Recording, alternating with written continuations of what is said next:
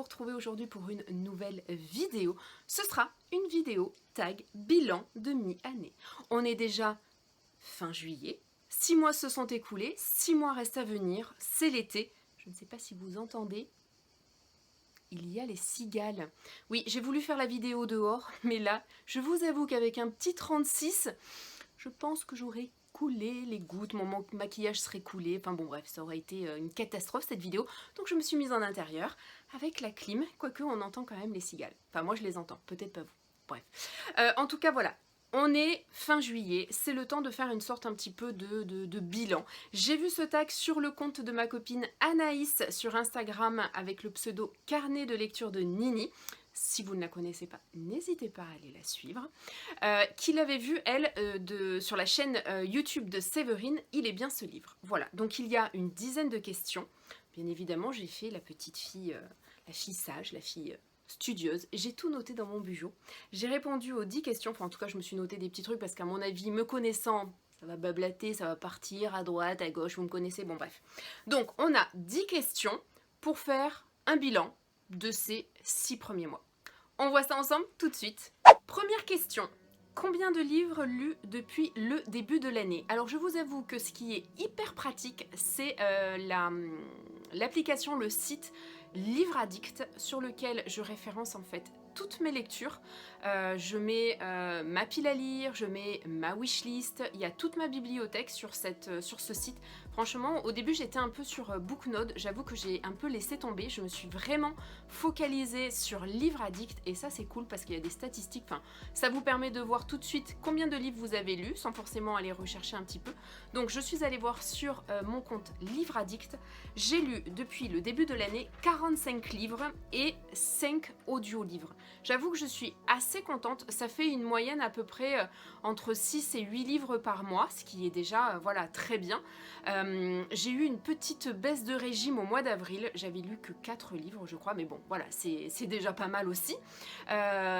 Donc voilà, 45 livres. Je m'étais mis comme objectif, je crois que l'année dernière, en 2020, j'avais lu une soixantaine de livres, donc je m'étais mis comme objectif 60 livres. Là j'en suis déjà à 45 à la mi-année.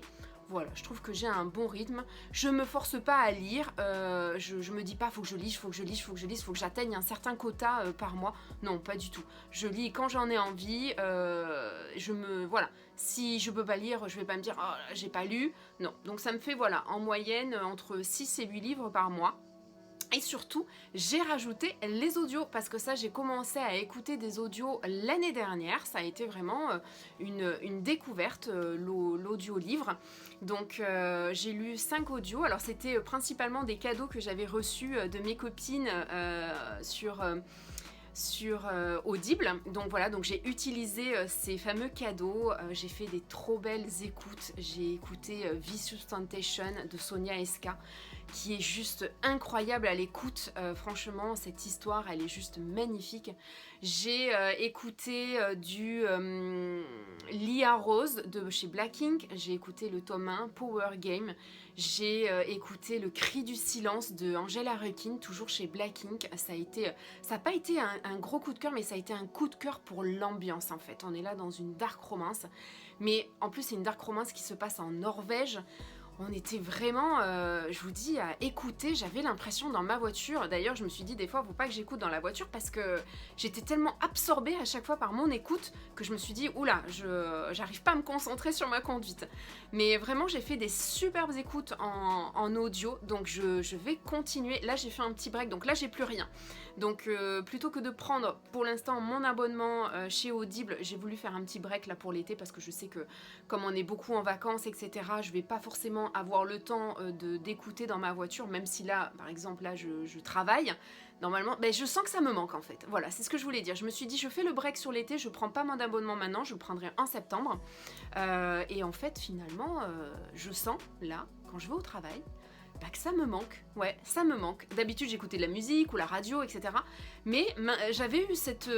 là, depuis le début de l'année, j'avais un audio avec moi quand je prenais ma voiture. Et ben là, j'en ai pas. Et ben je sens... ça me manque. Donc voilà, bon, je sais que je vais repartir là très prochainement en vacances. Donc je vais pas me lancer dans un abonnement, je vais le prendre en septembre. Mais en tout cas, ça c'est sûr que l'audiolivre, c'est quelque chose, vraiment, si... Ça a été vraiment une découverte l'année dernière et je suis mais trop contente, donc je pense que je reprendrai très prochainement un livre audio. Donc voilà, donc je suis assez contente, 45 livres, c'est une bonne moyenne, c'est un rythme que j'aime bien. Des fois, il y a des mois où je lis plus, il y a des fois où je lis moins, comme je vous disais, là au mois d'avril, voilà, j'ai une petite baisse de régime. Mais il n'y a pas de rentabilité, non, surtout pas. La lecture doit rester un plaisir. Question numéro 2, tes 3 meilleures lectures pour l'instant. Comment vous dire que j'ai essayé pourtant, j'ai réfléchi, j'ai noté un premier, j'ai noté un deuxième, et au moment de noter le troisième, je me suis dit mais non, en fait, c'est pas possible, je peux pas en mettre que 3 pour l'instant. C'est extrêmement compliqué, ce genre de questions. En plus, moi déjà qui suis une personne complètement indécise, ou voilà, j'hésite, je me suis dit non, je vais pas pouvoir en mettre 3, non. Donc voilà, donc Blondie a mis plus que 3. Bon, à un moment donné, je me suis arrêtée, bien évidemment, parce que sinon, j'aurais mis pratiquement tous mes livres depuis le début de l'année. L'avantage qu'il y a, c'est qu'au fur et à mesure des années, au fur et à mesure de cette progression de lecture, en fait, j'arrive à faire des choix, j'arrive à trouver les lectures qui peuvent me plaire. Avant de lire, je sais un petit peu quand même si c'est quelque chose qui va avoir tendance à me plaire. Donc là, je suis vraiment partie sur les gros coups de cœur, mais je ne pouvais pas en mettre que 3. Le premier, ça a été mon premier coup de cœur de 2021, c'est The Most Insolent Man de Jeanne Pierce. J'avoue que voilà, ça a été mon premier coup de cœur, je l'ai lu au mois de janvier.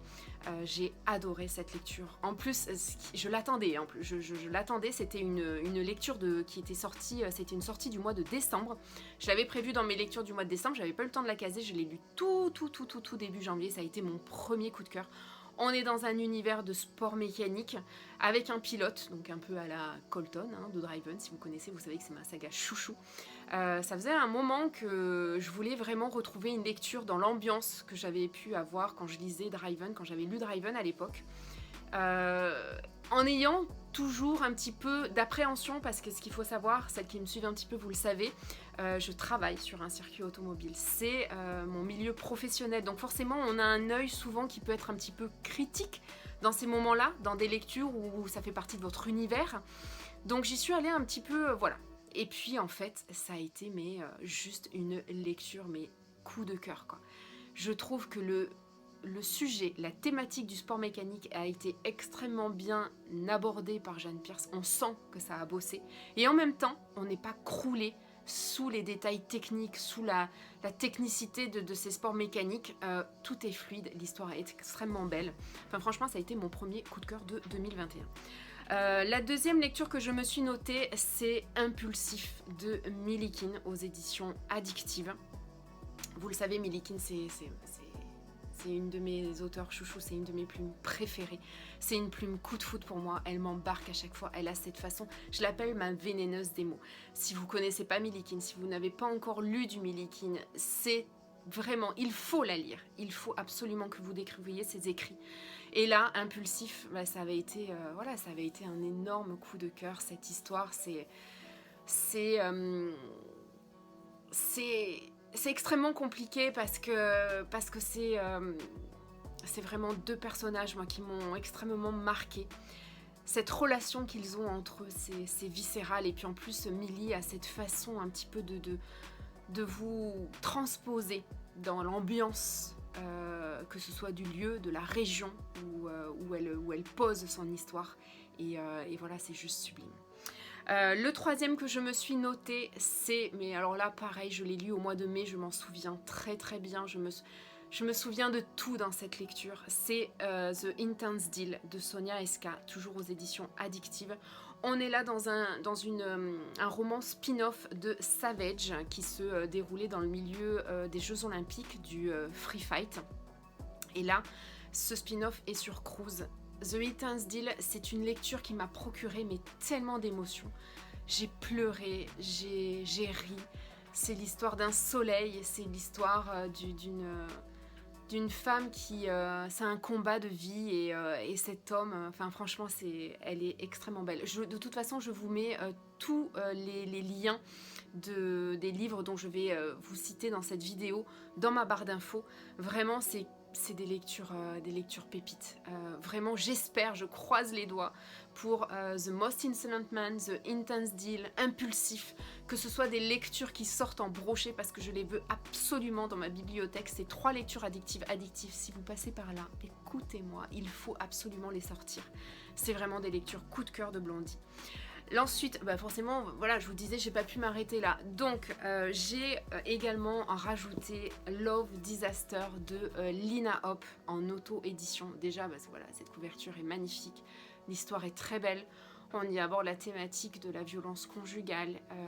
Vraiment pareil, Lina, vous le savez, c'est une auteure chouchou, c'est une plume qui arrive aussi à me procurer beaucoup d'émotions.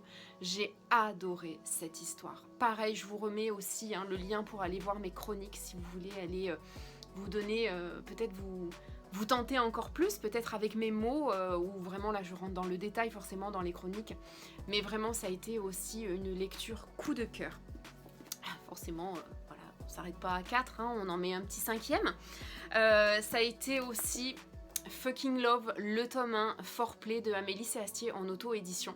C'est une saga que je voulais absolument commencer en 2021. J'en avais entendu tellement parler par ma copine Céline au boudoir de Candy Shy. Si vous la connaissez, vous savez qu'elle... Voilà, ça a été une de ces sagas chouchou. D'ailleurs, au moment où je tourne la vidéo, elle est en train de lire le tome 7 qui est sorti récemment. Voilà, c'est une saga que je voulais commencer. J'ai lu le tome 1, j'ai eu un gros coup de cœur pour cette lecture, pour cet univers. On est dans de la romance MM, on est dans un univers porno-gay, mais c'est tellement bien abordé par Amélie. Je trouve que, voilà, on pourrait penser que ça peut être un peu malsain, un peu gore, etc. et tout, et non, pas du tout. C'est extrêmement bien abordé, les personnages sont hyper attachants, hyper touchants, c'est très émouvant. Donc voilà, en plus le tome 1 se termine sur un petit cliffhanger, quoi, donc on a juste envie de continuer le tome 2. Il fait partie de mes lectures d'été, je l'ai avec moi, je l'avais acheté.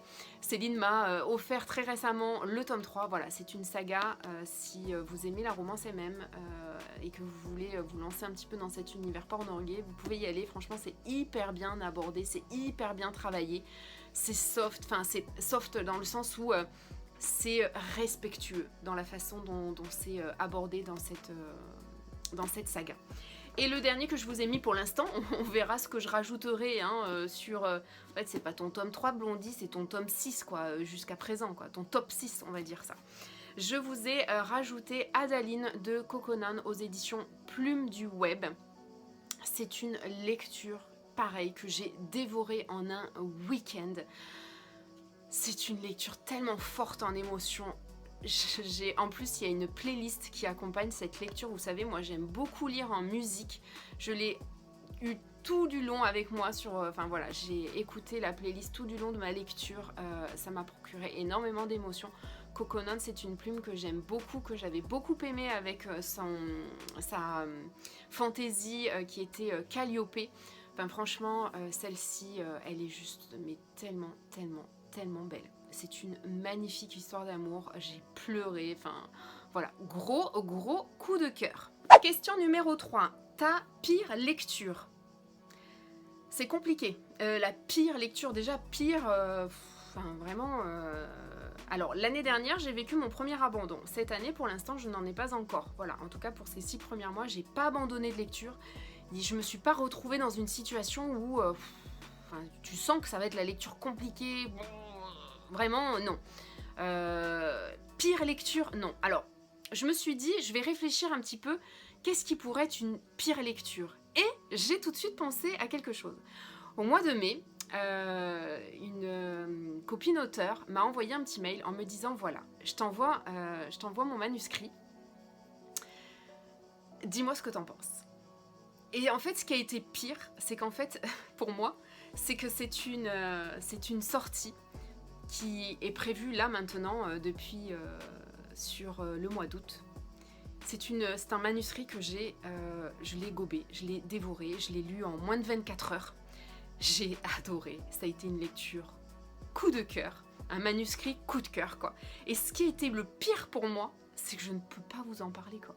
Et même maintenant, comme la couverture n'est pas encore dévoilée, comme les sorties n'ont pas été encore annoncées, je peux pas vous en parler. Et ça, c'est le pire pour moi, parce que je sais que c'est trop canon. Je sais que c'est trop bien écrit. Je sais que moi, ça me plaît. Je suis sûre qu'à certains d'entre vous, ça va plaire également. Et je peux pas vous en parler. Ça, c'est la pire lecture que je peux faire. C'est-à-dire lire un manuscrit et ne pas pouvoir venir vous en parler. Donc, dès que je peux, voilà, je suis sur les starting blocks, hein, je vous le dis. Mais dès que je peux, dès que j'ai la moindre petite ouverture où je me dis je peux commencer à en parler, vous êtes sûr que je viendrai vous en parler.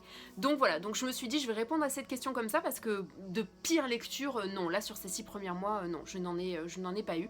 Donc je me suis dit voilà, la pire lecture pour moi ça a été ce manuscrit qui a été un énorme coup de cœur et que je peux pas encore venir vous en parler. 4e question, ta plus grosse déception. Alors, sur ces 6 premiers mois, je dirais que ma plus grosse déception a été pour l'ensemble d'une saga que j'avais commencé en 2020 et dont j'ai terminé. En fait, j'ai lu le 3e tome parce que c'est une trilogie. Je l'ai lu en janvier.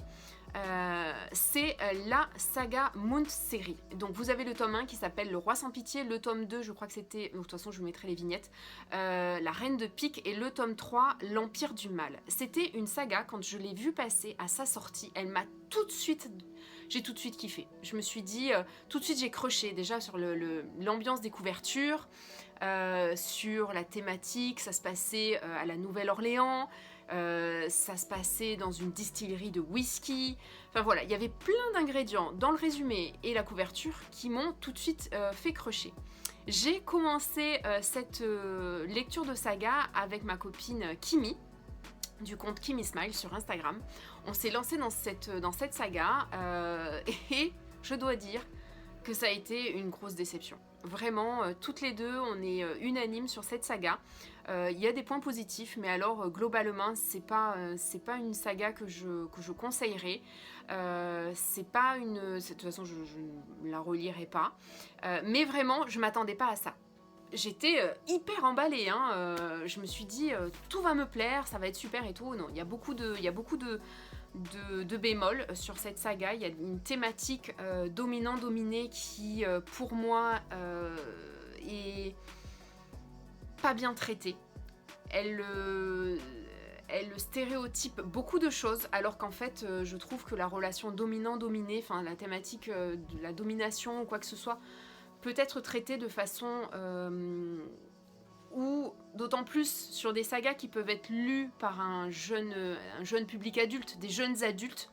Je trouve que c'est une thématique qui doit être extrêmement bien abordée, surtout chez les jeunes adultes, pour pas tomber dans quelque chose de malsain, de stéréotypé.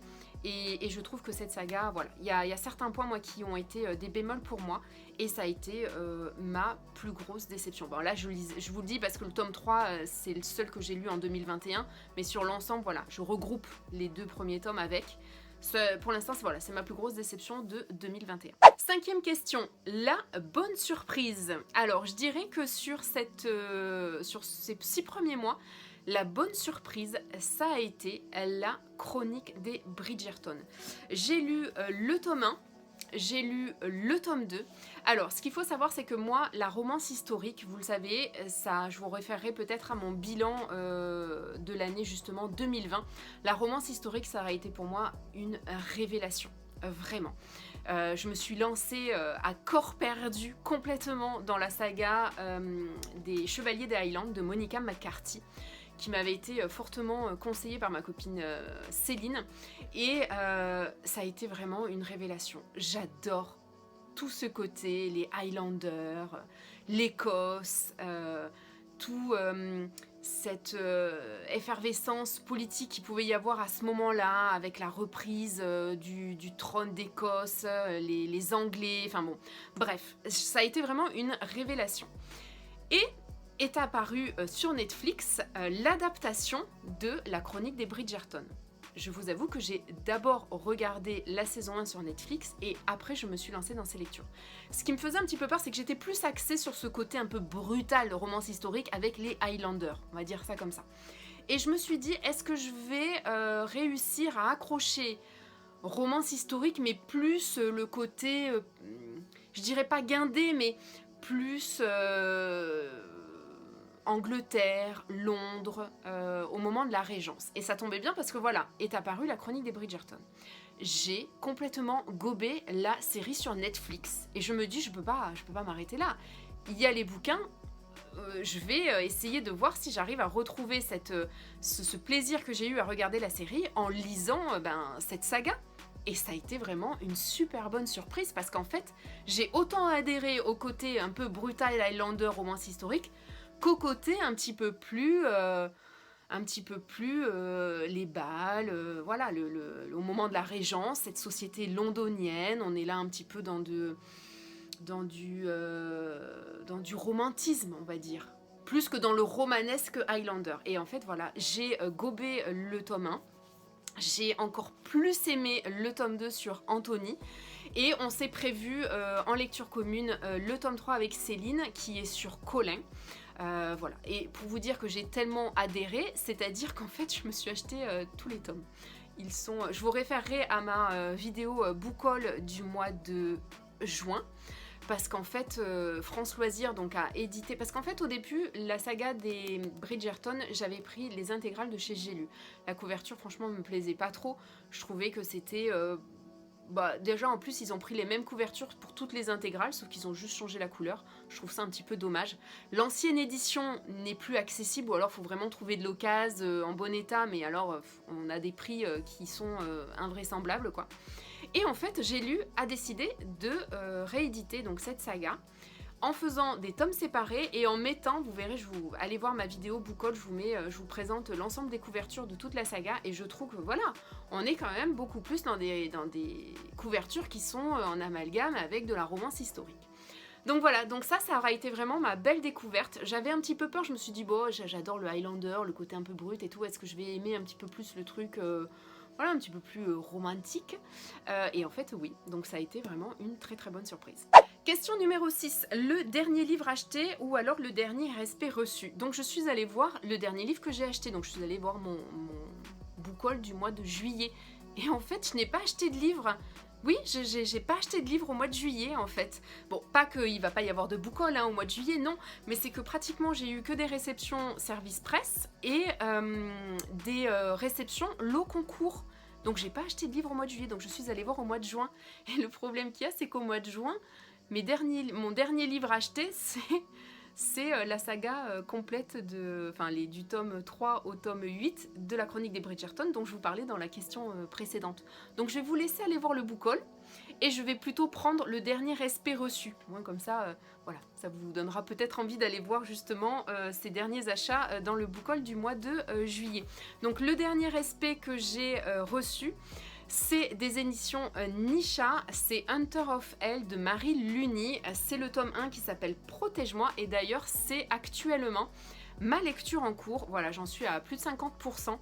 On est dans un univers de biker, on est dans une thématique de retrouvailles.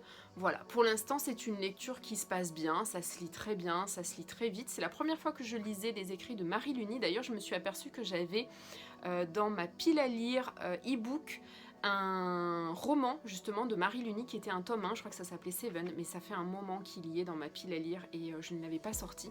Là ce qui m'intéressait c'était qu'on est dans un univers de bikers, vous savez moi les bikers c'est ma came. Pour l'instant ça se passe bien, l'univers est bien respecté, voilà, c'est une lecture assez fluide, ça se lit très vite, il y a un petit peu plus de 500 pages, oui il y a 500 pages. Mais je vous dis, franchement, j'ai commencé il y a moins de 24 heures et j'en suis déjà à plus de 50%. Voilà, donc ça, c'est mon dernier respect reçu. Ce qu'il faut savoir, c'est que c'est le deuxième roman que je lis de cette maison d'édition.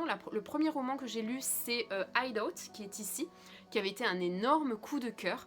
Voilà, donc je suis contente qu'il me fasse confiance et surtout, je suis contente de voir que ça se passe bien pour l'instant au niveau des romans qui me sont proposés. Donc voilà, donc bien sûr je viendrai vous en reparler en chronique prochainement. Question numéro 7, la sortie de fin d'année que tu attends le plus. En fait, je dirais que c'est assez compliqué parce que je me projette pas aussi loin. Il y a des fois on voit, il y a des posts qui sont annoncés.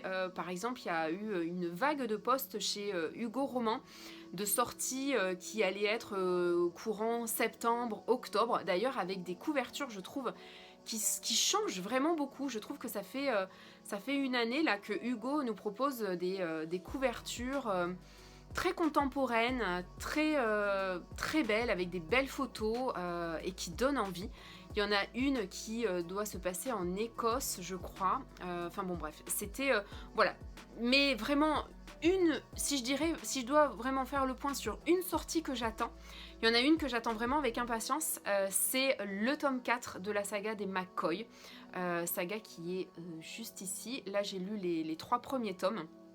Vraiment, celle-ci, je l'attends, de Alexiane Thiel, je l'attends avec beaucoup d'impatience. D'autant plus que on a eu un petit teasing récemment sur... il y a eu un résumé qui est sorti et qui m'a donné beaucoup envie parce que c'était un personnage qu'on aperçoit dans le tome 1 et le tome 2. Et franchement, ça donne trop envie. Donc ça, c'est vraiment une sortie. Voilà, si je dois en donner une, ce serait cette sortie-là. Question numéro 8. Le livre que tu as fini, celui que tu es en train de lire et ton prochain livre. Donc, le livre que j'avais terminé, c'était I Hate You Love Me, le tome 1 de Tessa Wolff aux éditions BMR, que j'ai lu en lecture commune avec Céline Lecture d'Instagram, Calacat Love d'Instagram et Carnet de lecture de Nini de Instagram également. Voilà, c'est la sphère Bookstagram, on va dire ça. Je vous mettrai aussi les liens des comptes que je cite en barre d'infos. Donc ça a été une lecture commune un petit peu chaotique, dans le sens où pour Céline et moi, c'était vraiment une découverte de cette saga. Pour Maureen et Anaïs, ça a été une relecture. C'est une saga dont on a énormément entendu parler dans le monde de la romance. C'est une saga qui est sortie il y a plus de 6 ans maintenant. Ça a été un petit peu chaotique dans le sens où, je vais juste donner mon propre avis, après je vous incite à aller sur le compte des filles pour aller voir un petit peu leur ressenti également. Dans le sens où, dans les 60 premiers pourcents, j'ai eu du mal à m'accrocher à l'émotionnel des personnages. Et par contre, dans les 35% restants, ça a été une explosion. Toute l'émotion que j'attendais dans ces 60%, je les ai eues dans les 35% restants. Donc, je vais continuer et je vais programmer prochainement. Normalement, c'est prévu en lecture commune avec les filles, le tome 2 sur le mois d'août. On est vraiment dans une... c'est une saga qui est sur 4 tomes. Et les 4 tomes sont sur le même couple. Hein. Il faut savoir qu'on est là dans un amour extrêmement passionnel, destructeur, un amour où les personnages se font mal, un amour où quand ils sont pas ensemble, ils ne sont plus rien. C'est extrêmement violent, brutal comme amour, dans le sens où voilà, c'est destructeur. Et j'ai eu peur parce que je me suis dit, oula, ça va me perdre. Au bout de 60%, j'arrivais pas à rentrer dans l'émotionnel. Bon, il y a eu quand même pas mal de bémols. Et en fait, dans les 35% restants de ma lecture, j'ai complètement occulté ces bémols et je me suis vraiment focus sur l'émotionnel. Et j'ai vraiment ressenti. Si j'avais pas l'émotionnel, je pense que j'aurais abandonné la saga. Là, il y a eu suffisamment ce qu'il faut pour me dire, je continue. Donc, on s'est prévu le tome 2 avec les filles sur le mois d'août. Ma lecture en cours, je vous l'ai montré dans la précédente question. C'est Hunter of Hell de Marie Luny, voilà. Je vous ai dit un petit peu ce que j'en pensais. Et donc ma prochaine lecture, normalement, parce que bon, des fois, il se peut que je change, j'aime les lectures spontanées. C'est Sous le soleil de Key West de Priscilla Oliveras aux éditions Archipoche, donc l'archipel mais dans leur collection Poche. C'était justement d'ailleurs, c'est toujours en cours parce qu'au moment où je tourne la vidéo, on n'est pas encore au mois d'août, hein. Non, on est encore en juillet. Peut-être que vous aurez la vidéo au mois d'août, mais pour l'instant on est en juillet. C'est la lecture commune de Elle Booktube et vous pour le mois de juillet. Donc moi, je vais la lire là d'ici la fin juillet. J'ai hâte de partir à Key West. Déjà, je trouvais que c'était vraiment une lecture qui se prêtait à l'été. Déjà parce que la couverture est très très belle. Regardez-moi ces beaux flamants roses. D'ailleurs, je vous en ai parlé dans ma vidéo sélection des romans de l'été. N'hésitez pas à aller y jeter un œil. Je vous donne plein d'idées de lectures qui se prêtent vraiment à la plage, au transat, à la piscine. Enfin bon, bref, à l'odeur du monoeil et de la crème solaire. Et il en faisait partie. Donc j'ai hâte de découvrir cet auteur parce que je ne la connais pas. Et j'ai hâte aussi de découvrir cette histoire. Il est sorti en poche, il était disponible en grand format. Et d'ailleurs, il y a le spin-off qui est sorti au mois de juillet en grand format, qui s'appelle Les Amants de Key West. Donc déjà, je vais commencer par Sous le soleil de Key West. Et je vais ensuite peut-être me programmer pour l'été prochain, ou plus tard, la suite, le spin-off. Question numéro 9. Un moment qui aura marqué ta vie de lectrice ces 6 derniers mois. Il y a plein de choses qui marquent ma vie de lectrice. Tous les échanges que j'ai par rapport à mes lectures, que ce soit sur les différents réseaux sociaux sur lesquels je suis, je veux dire, tout ça, c'est des moments qui marquent parce que les lectures communes, les échanges qu'on peut avoir autour de la lecture, que ce soit en postant un avis et en participant à la réponse du commentaire qui vous est laissé, que ce soit les échanges par rapport aux avis qu'on a pu avoir sur des histoires, des romans. Voilà, tous les échanges qui sont liés à la lecture, pour moi, sont des moments marquants. Tout ce qui est lié aux lectures communes, je veux dire, à chaque fois faire une lecture commune avec des copines, c'est des moments forts, c'est des moments d'échange qui sont vraiment importants pour moi parce que j'aime pouvoir discuter de mes lectures. Ce qui est aussi important, c'est de voir qu'on n'a pas forcément le même avis et tout ça se fait dans le respect de l'auteur, de l'histoire, des autres, parce que voilà, on a des avis différents et tous les échanges qu'il peut y avoir justement autour de la lecture, je trouve que ça me marque. Je me souviens de tout, je me souviens de tous les messages qu'on peut m'envoyer sur Instagram, parce que souvent c'est quand même le réseau social sur lequel je suis le plus active, les stories, les petits messages que vous m'envoyez, tout me marque beaucoup. Donc vraiment ça m'a marqué. Mais si vraiment je devais... Après je me suis dit, bon, il faut quand même peut-être réfléchir à quelque chose qui t'a vraiment marqué. Ce qui m'a le plus marqué ces 6 derniers mois dans ma vie de lectrice, c'est le moment où j'ai pris mes billets, j'ai pris mon entrée pour la RAR 2022 à Paris. Je vous avoue que ça, finalement, oui, ça m'a beaucoup marqué ces 6 derniers mois, parce que voilà, on sait la pandémie qu'il y a actuellement et depuis pratiquement plus de 18 mois. Les salons auxquels on n'a pas pu aller, ces regroupements, ces moments où justement on va rencontrer les copines, on va rencontrer les auteurs, on est autour de toute cette effervescence d'un événement littéraire, et ça on n'y a plus eu droit depuis le début du Covid. Et je vous avoue que quand, avec les filles, avec les copines, on s'est connecté pour pouvoir sauter sur l'occasion et pour pouvoir prendre nos billets pour la RAR 2022, ça a été vraiment marquant. Parce qu'on est en manque, oui, on est complètement en manque de ces moments où on se retrouve, où c'est des moments de partage, c'est des moments d'amitié, et puis c'est des moments tellement intéressants et qui manquent cruellement depuis longtemps maintenant, depuis ce début du Covid, pour nous les lecteurs et les lectrices, que voilà, je dirais que s'il y a un événement qui m'a marqué ces 6 premiers mois de l'année dans ma vie de lectrice, c'est au moment où j'ai acheté ma place pour la RAR 2022. Et autant vous dire que j'ai tellement hâte. Ce 2 avril 2022, bon déjà en plus c'est la date anniversaire de mon fils, d'ailleurs ça a été un dilemme pour moi, parce que je me suis dit qu'est-ce que je fais? C'est le jour de l'anniversaire de mon boubou. Est-ce que je prends ma place ou pas, etc. Et puis après, bon, je me suis dit voilà, ça tombe, je le fêterai pas pile poil ce jour-là, on va le fêter peut-être 2 ou 3 jours après, enfin bon bref. J'ai quand même pris ma place, donc autant vous dire que le 2 avril 2022, il est déjà inscrit dans mon calendrier, entouré et re-entouré. Donc j'espère vraiment qu'on va pouvoir retrouver un petit peu, entre guillemets, cette normalité que nous avions avant, où on pouvait se rassembler autour de ces salons livresques qui nous manquent cruellement. Donc voilà, donc ça a été un événement marquant ces 6 premiers mois. Et enfin, la dernière question numéro 10. Qu'espères-tu pour les 6 prochains mois ? Plein de choses. J'espère plein de choses. J'espère continuer à avoir beaucoup de coups de cœur, beaucoup de belles découvertes, que ce soit des histoires, que ce soit des nouveaux univers, que ce soit des nouveaux auteurs, autrices. Plein de belles découvertes, plein de belles lectures, plein de beaux moments. les échanges, toujours, voilà, j'espère toujours avoir de si beaux échanges autour de la lecture, et puis d'autres choses aussi, hein, parce qu'il y a des rencontres qui se sont faites grâce à la lecture et qui sont devenues des amitiés et où on discute d'autres choses que de la lecture. Oui, des beaux échanges, toujours dans la bienveillance, surtout parce que la bienveillance c'est ce qui est le plus important, dans le respect, voilà.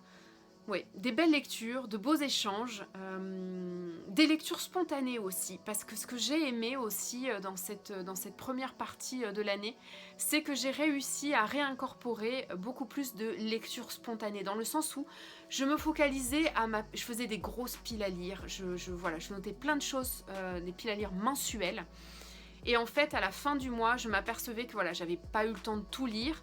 Ça me dégoûtait un peu parce que je me suis dit oh, celui-là je l'ai pas lu, etc. et tout. Ça me mettait un petit peu dans un système de frustration, donc je me suis un petit peu essayé à faire moins de piles à lire mensuelles, en tout cas d'en mettre beaucoup moins, et d'incorporer à ce moment-là plus de la lecture spontanée. C'est-à-dire que voilà, j'ai mon petit listing, forcément j'ai des services presse, c'est des choses qu'il faut que je programme, entre guillemets, et je me laisse après vraiment...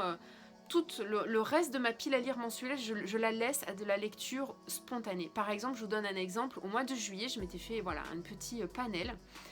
Et on participe avec les cigalettes, avec Céline au Boudoir de Candicha et avec Anaïs, carnet de lecture de Nini, à un challenge sur Instagram qui s'appelle Délire d'été. C'est comme une sorte de jeu de loi, je suis tombée sur une case, c'était à mon tour je crois de lire, et il fallait que je lise avec un soleil sur la couverture. C'était pas du tout prévu dans ma pile à lire, et en fait j'ai pris le tome 1 du Clan Campbell de Monica McCarthy, il y avait un joli soleil couchant sur la couverture, et c'était pas du tout prévu, et en fait je l'ai lu à ce moment-là, parce que ça s'y prêtait. Je me suis régalée. Et à la fin du mois de là, juste pendant mes vacances, quand je suis revenue de vacances, il y avait une saga que j'avais dans ma pile à lire déjà depuis un long moment. Céline a fait un post justement en story au sujet de cette saga, et je me suis dit, allez, j'ai terminé ma lecture, j'enclenche, je prends le tome 1, et qui n'était pas du tout prévu non plus. Donc vraiment voilà, de réincorporer un petit peu de plus en plus, de me laisser libre cours un peu plus à de la lecture spontanée, voilà, à aller fouiner un peu au moment où j'ai envie de lire dans ma pile à lire, plutôt que de me borner vraiment à un programme bien précis. Donc ça voilà, c'est vraiment quelque chose que j'aimerais, que j'espère un petit peu plus sur cette deuxième partie de l'année. Et puis aussi peut-être réussir un petit peu plus à faire baisser ma palle. J'avoue que ces 2-3 derniers mois, je suis moins dans de l'achat spontané, impulsif, malgré que si j'ai envie, je le fais, hein, j'achète. Quand j'ai envie, j'achète. Je me fais plaisir. Il faut ne pas se faire plaisir. Ne pas se restreindre non plus, hein. Si on a envie d'acheter, on achète. Mais j'avoue que j'essaye un petit peu plus de faire grossir ma wishlist, plus que ma pile à lire, et donc peut-être que j'ose espérer faire baisser un petit peu ma pile à lire, ou du moins peut-être là, essayer de la stabiliser un petit peu. Voilà, dans les grandes lignes, c'est ce que j'espère. J'espère vraiment aussi que l'évolution de la situation sanitaire fera que on puisse retrouver voilà, tous ces rassemblements. Bon, moi c'est vrai que je suis dans un côté de la France où il n'y a pas forcément beaucoup de salons, donc ça s'y prête moins sur la deuxième partie de l'année. Enfin, en tout cas voilà, j'espère que on va tendre à pouvoir se retrouver, partager et passer des bons moments ensemble. Voilà, on aura fait le tour de ce tag qui m'aura permis de faire une sorte de petit bilan sur ces 6 premiers mois de l'année. N'hésitez pas, vous aussi peut-être, à le faire. Je vous mettrai les questions en barre d'infos. N'hésitez pas à me taguer, que je vienne un petit peu voir vous aussi vos bilans. En tout cas, voilà, ça permet de voir un petit peu ce qui s'est passé sur ces 6 premiers mois, ce qu'on espère qui va se passer sur les mois qui vont suivre. En tout cas, voilà, je trouve que c'est un joli bilan, je suis assez fière de moi. N'hésitez pas à me dire dans les lectures que je vous ai citées s'il y en a que vous avez peut-être lu ou peut-être qui vous auront tenté. Mettez-moi tout en barre d'infos, n'hésitez pas à venir blablater un petit peu, je me ferai un plaisir d'en discuter avec vous. En tout cas, je me languis déjà une prochaine vidéo. Je vous souhaite surtout de passer un très bel été, faites de très belles lectures, prenez soin de vous, mais surtout, je vous fais plein de bisous.